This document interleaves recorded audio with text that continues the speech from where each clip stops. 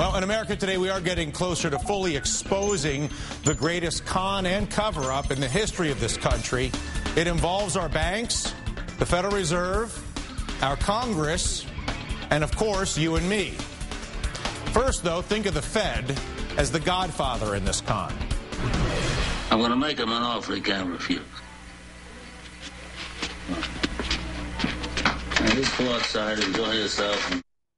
The role of the godfather, played by former Fed Chief Alan Greenspan, who appeared before the Financial Crisis Inquiry Commission this morning, denying that he ever knew what he helped perpetrate. The notion that we in any way favored any of them or basically were influenced with respect to policy by what they said, other than the facts they gave us, which we always evaluated, I saw no evidence of that in my tenure. And he may not have had favorite among the banks because Greenspan was working for all of the banks against you. The bankers, of course, the unrepentant con men being supported by the Federal Reserve. You picked him clean. He never missed it. Remember that sting experience, how good you felt? So good getting that money for free, getting away with it. Here's how the con went down. The bankers were operating under an implicit guarantee from the godfather, the Federal Reserve, in the form of guaranteed low interest rates, guaranteed cheap money exclusively for the con men. Then Chairman Greenspan, the godfather, would agree to hold those rates, let's say 2% for as far as the eye could see. The banks, or bankers, the con men, would borrow that money from the Federal Reserve, let's say 2%, and then turn around and lend it back to you at, let's say, 6%. That encouraged the patsies, you and me, to be drawn into the con because 6% looks like a pretty low rate. Low rates for houses, low rates for cars. Heck, you can join a health club, make that on payments, they'll turn that into bonds, and of course, promises of a higher than average return for those managing teachers and policemen's and judges' pension funds that are buying into the con as well. And here exactly is where the con comes in. As you and I both know, the banks had no money. They were getting it from the Federal Reserve, which is us. It's funny money. They had no capital to back up their lending. But that did not matter because they also had no risk in the lending. If the lending paid off, they win. And they won big when they did that because they did it with leverage. Top Manhattan executives alone paid themselves $121 billion in bonuses over the first part of the decade. Now, mind you, when the bank loans failed, they knew they were too big to fail. So the rest of us, you and me, would have to bail them out. The ignorant electorate, if you will. The patsies, who had no idea, and really still don't, understand how badly they are being conned by our government and our banks. Once the banks, however, realized there was no losing, the question was, how do we make the con bigger? How do we get more money through this crazy machine so we can get richer? The question, or the answer, I should say, is simple. Make more loans, more credit card loans. Think of all the credit card applications that were sent to you over the past 10 years. More car loans. It's the reason General Motors went upside down. It wasn't the cars. It was because they were running a financing scheme. Home loans, you know the narrative. So the people most hurt by this con, the home buyers, the cops, the teachers, pensioners who were suckered in by the bait of low credit and high returns in exchange for buying worthless toxic assets manufactured by the bankers. That's why your pension fund was wiped out. That's why the interest rate on your savings to this day remains around zero. If you're a retiree, you know what I'm talking about.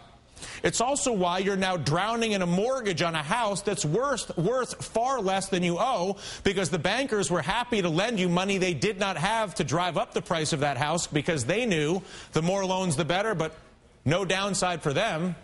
So what's next?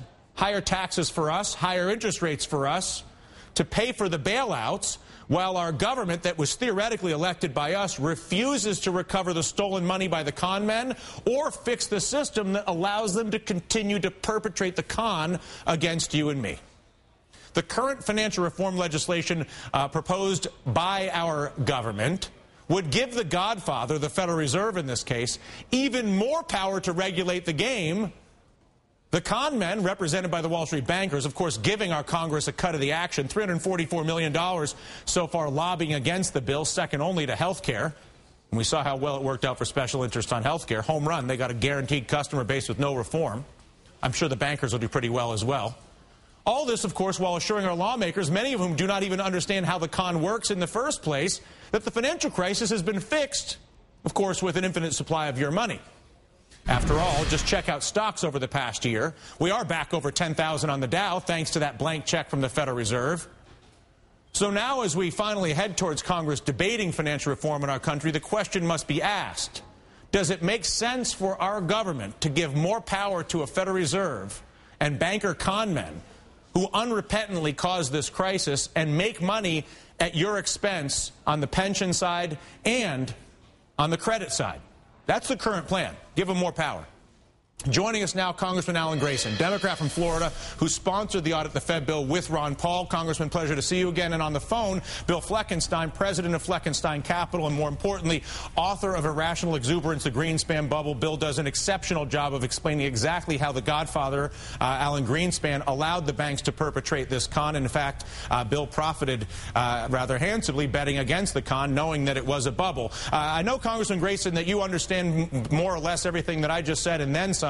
And are likely more frustrated than I am at our Congress's unwillingness to actually acknowledge or understand the con or address it. Why do you think it has been so difficult and continues to be difficult for anybody in our Congress to really deal with this? Well, I have the benefit of having worked as an economist for 4 years before I was elected to Congress, and that does give me some insight into how all this works. I think a lot of people on Capitol Hill simply don't understand how this works the way you just described it. Clearly, they should be listening to your show. If you don't understand that the bank's incentive is to lend as much money as possible without any repercussions, because the only way they make money is with lots of lending or gambling, effectively, and everybody else's incentive is to try not to get screwed, and yet the Congress is feeding the money to those who have a directly adverse incentive. They make money by screwing over pensioners and borrowers, and our Congress is making that more possible, not less possible. How did we find ourselves in this situation? Well, I think the fundamental problem is campaign finance reform. I'm not trying to change the subject here, but I do want to point out that we wouldn't have this problem except for the fact that lobbyists hand out $5,000 checks. Bill, explain in the simplest sense why it is Alan Greenspan is so directly responsible for creating this con. Well, first of all, let me say, Dylan, yours was one of the most succinct explanations of the problem that I've heard, so that was quite a good send-up that you did. Because Greenspan is ultimately responsible because, A, he was the one who put rates at a level that was too low and then refused, in the face of all evidence, to do anything to try to retard the potential for an asset bubble. He was in denial about the equity bubble and then turned around and created the the credit/housing bubble, and to this day refuses to accept any responsibility for it. When prices are held at an artificially too low of level by putting too much money in the system, that money seeks its way out into other places, and if and it will end up creating a bubble. And the more leverage used in the bubble, the more dangerous it becomes. Greenspan not only made the interest rates too low, he advocated the policies and he cheerled for the housing bubble, for instance. He made a speech where he tried to explain why housing could not possibly be a bubble. So it was not just his conduct of monetary policy, it was the speeches he made, and he was held in such high regard, other people adopted his behavior and his philosophies. Congressman Grayson, you mentioned campaign finance reform and the need to get the lobbyists out because the bank lobbyists, $344 million, a cut of the action on the con goes to Congress. Are you as cynical as that would suggest, that basically Congress knows that they should create transparency and capital requirements, which would end the ability for there to be a con like this, but refuses to do so because they're afraid of losing those checks? I think it's worse than that, actually. We lived through an economic disaster, and now we're slowly recovering from it. We lost 20% of our national wealth in 18 months, the last 18 months of the Bush administration, and housing topped out 3.5 years ago, not just in Florida, but around the country, and nobody has been held responsible, not Alan Greenspan, not anybody else. In Japan, they have a way different solution to these kinds of problems. It's called Harry-Carry. I think what confuses people at this point, Congressman, and having been talking about this incessantly for a few years now, most people, if you look at the polling, understand at least enough of this to know that Congress works for the banks, not for the American people, and yet Congress still seems phenomenally willing to drag its feet in addressing this. Harry-Carry may be interesting or nice.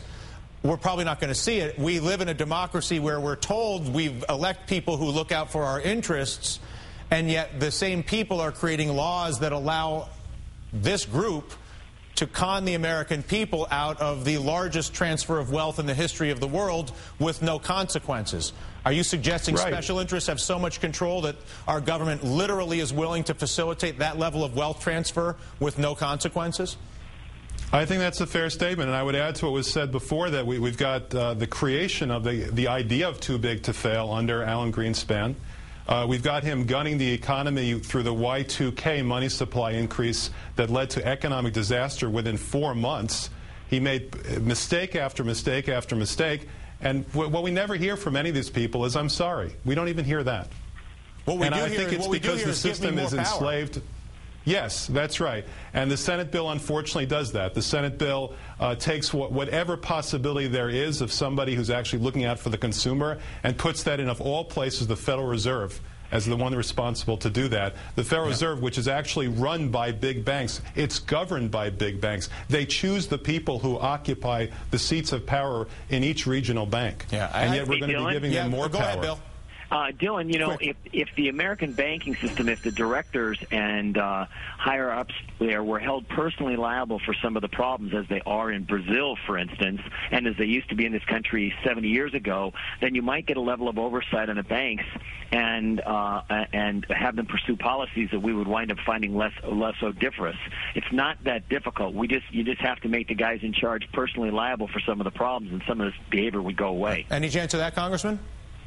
Yes, in fact, we're working on a bill to do exactly that, and we've examined what happens in other countries when they make the kinds of mistakes we've seen the last few years in America. And it's not a pretty picture for the people in charge, either in Wall Street or in the Capitol. Listen, Congressman, we appreciate your efforts on our behalf to correct for the con and get the money back and fix the system. And, Bill, thank you for your journalism and your efforts to make sure people actually understand how this happened. Truly, Bill Fleckenstein, thank you.